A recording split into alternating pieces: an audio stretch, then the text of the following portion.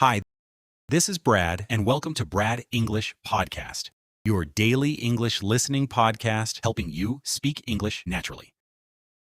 Hello, and welcome back to your English podcast. Today we are going to talk about one of the most powerful shifts a language learner can make.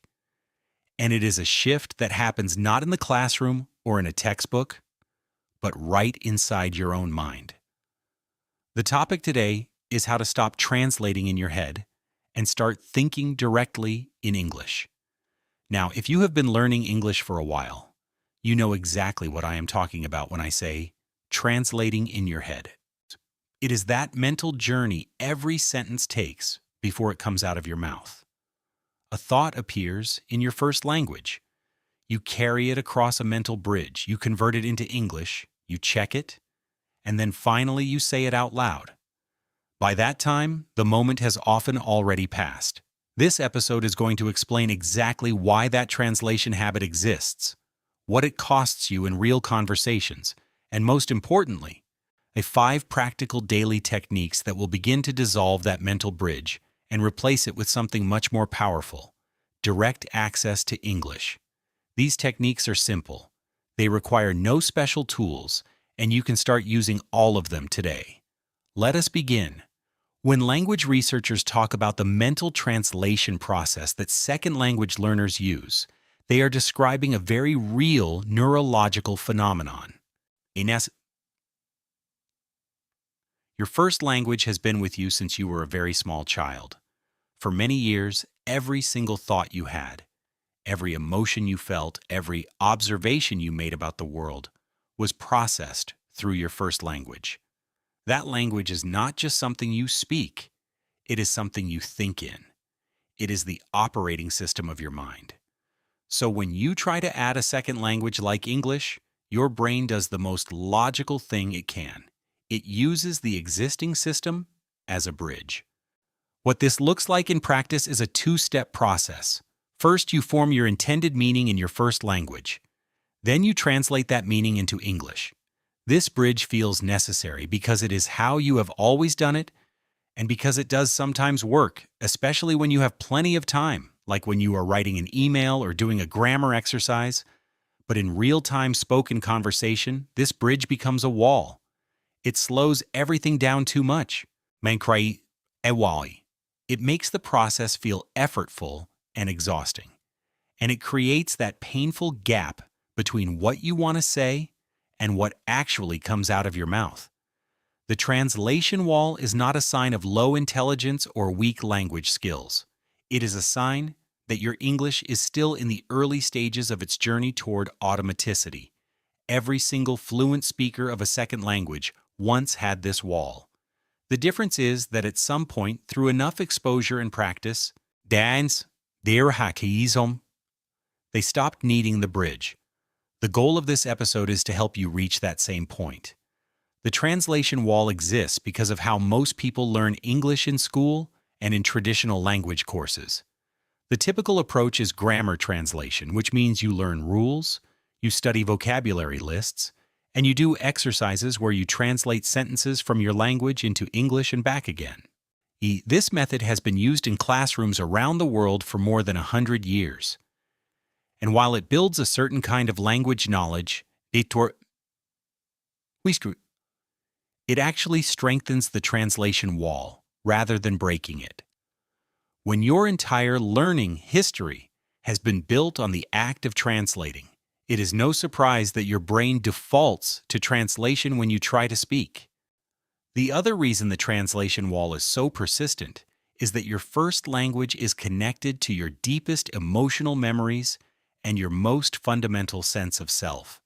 When you speak your first language, you are not just communicating. You are being yourself in the most natural and comfortable way possible.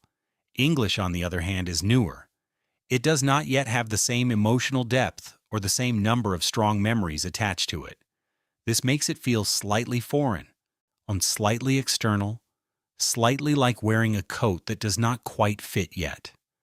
The good news is that the coat does fit eventually, but only if you wear it every day.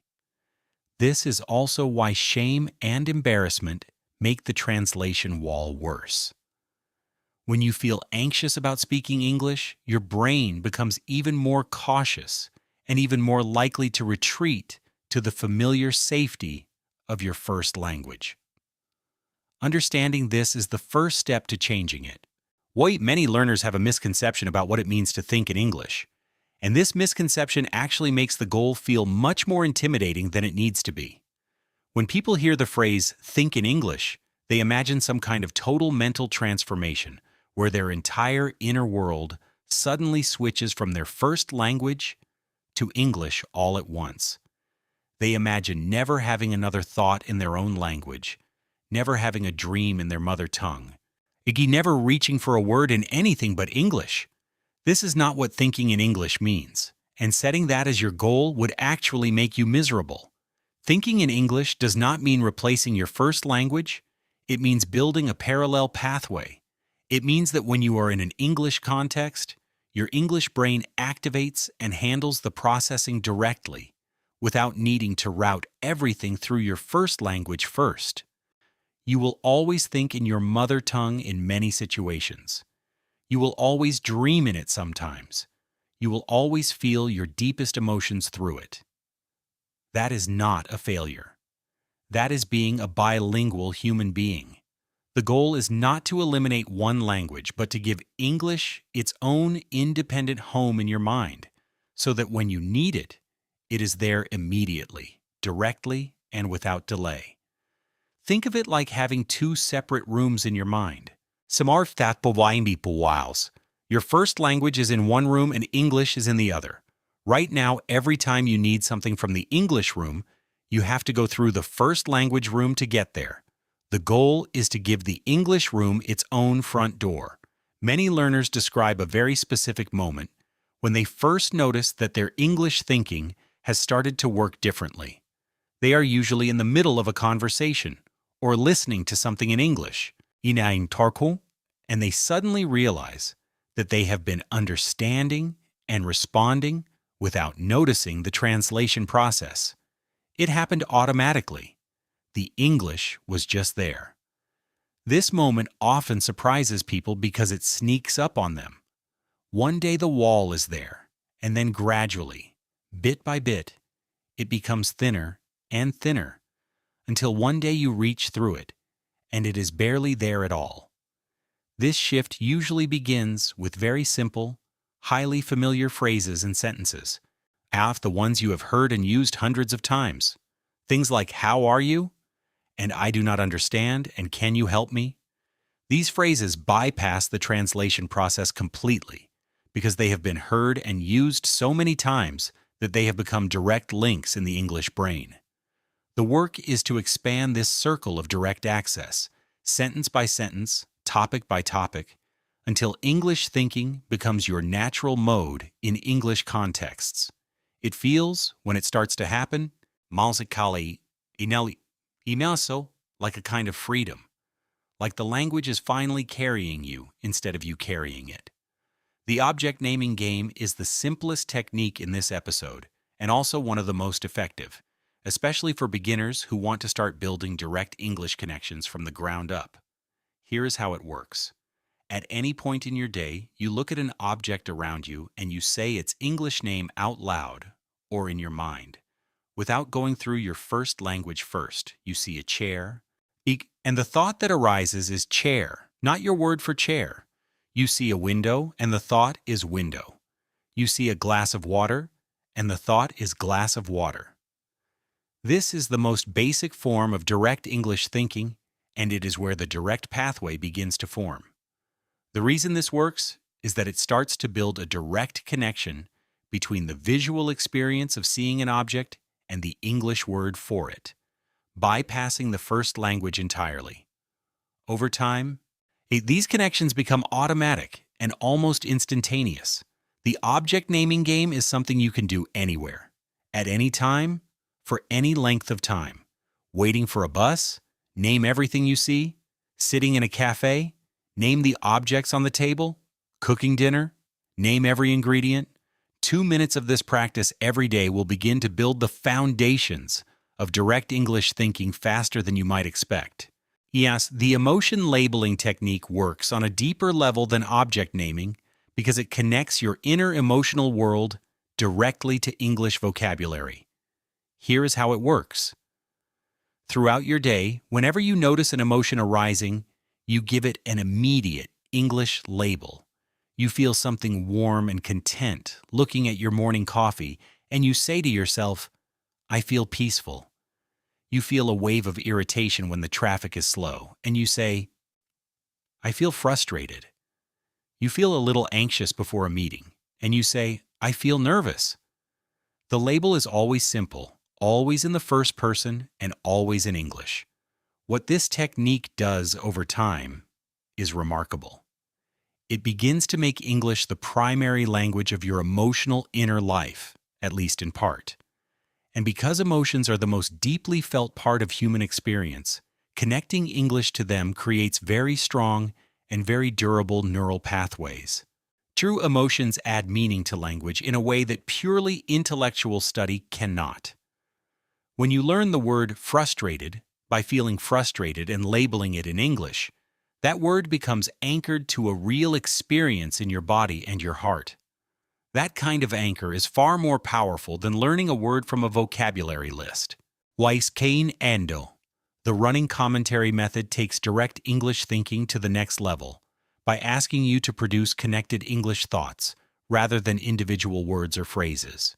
In this technique, you narrate your own life in real time in English, silently or as a quiet whisper, as if you were a sportscaster describing what is happening in a game. While you make breakfast, you think or whisper, I am filling the kettle now. I am putting it on to boil. I am taking a mug from the cupboard. The coffee is in the top drawer on the left. While you walk to work, you think, I am walking down the main road. The sky is overcast today. There are a lot of people heading to the station. I am going to take the shortcut through the park. This technique is enormously effective because it trains you to produce English at the speed of real life. You are not composing sentences carefully. You are narrating in real time. Yeo, which means you must produce language quickly and without excessive editing. This is exactly the mental speed you need for real conversation. The running commentary also builds vocabulary and context because you will notice when you reach for a word in English and it is not there yet. Those gaps are learning opportunities, and the words you look up after a running commentary session will stay with you much longer than words learned from a list. The English first question is a simple but powerful mental habit that begins to rewire how your brain handles language prioritization. Before you speak or write anything, even in your first language, you pause for just 1 second and ask yourself a silent question. Do I already know how to say this in English? Most of the time, for everyday thoughts and common expressions, the answer will be yes. And when the answer is yes, you say it or think it in English first, else before reaching for your first language. This one small habit, practiced consistently, begins to flip the priority order of your two languages in your mind. What makes this technique so effective is that it reveals how much English you already have direct access to without realizing it. Most learners dramatically underestimate their own English ability because they are always measuring it against an idealized standard of perfection. When you start asking yourself, can I say this in English first? You will often surprise yourself. You will find that the English is already there, waiting, and that the translation was just a nervous habit rather than a genuine necessity. The English first question is not about forcing yourself to use English. It is about discovering the English that you already have and trusting it enough to use it.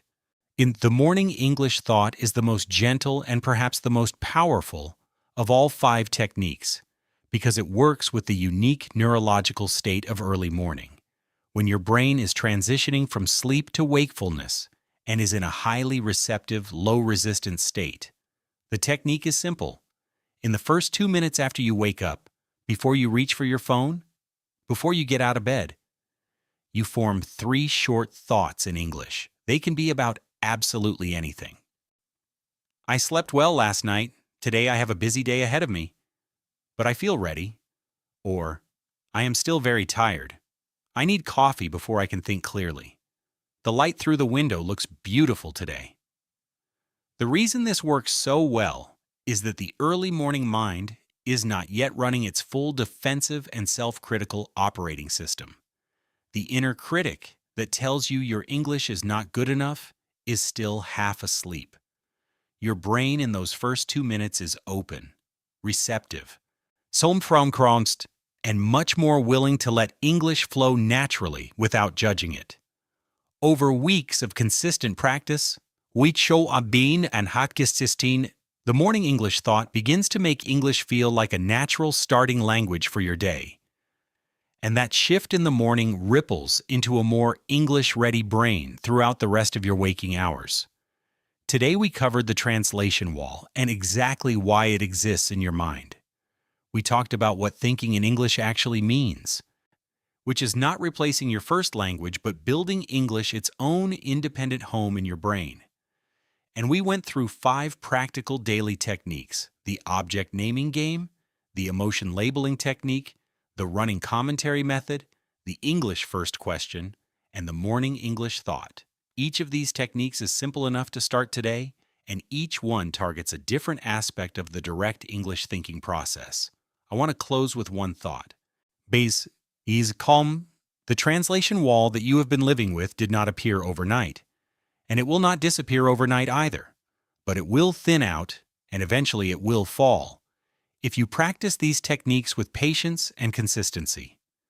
Every day that you choose English first, even for just a few seconds, is a day the wall gets a little weaker. And one day, you will be in the middle of a conversation, and you will realize that you stopped noticing the wall entirely. That is the moment you have been working toward. It is coming. Keep going.